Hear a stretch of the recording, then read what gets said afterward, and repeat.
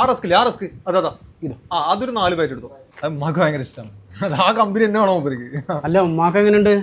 കുഴപ്പമില്ല, അതാ അങ്ങനെ കിടപ്പിൽ തന്നെ. വൈഫും പിള്ളേരും വീട്ടിലുണ്ട്. തേമുട്ടായി ഉമ്മ നല്ല തിന്നു. ഷുഗർ ഉണ്ട്, സാരില്ല തിന്നട്ടെ. അത് 220. ഇത് 240. 240 എടുത്തടാ, നല്ല എടുത്തോ. അല്ലേ എടാ മുന്തിരില്ലടാ.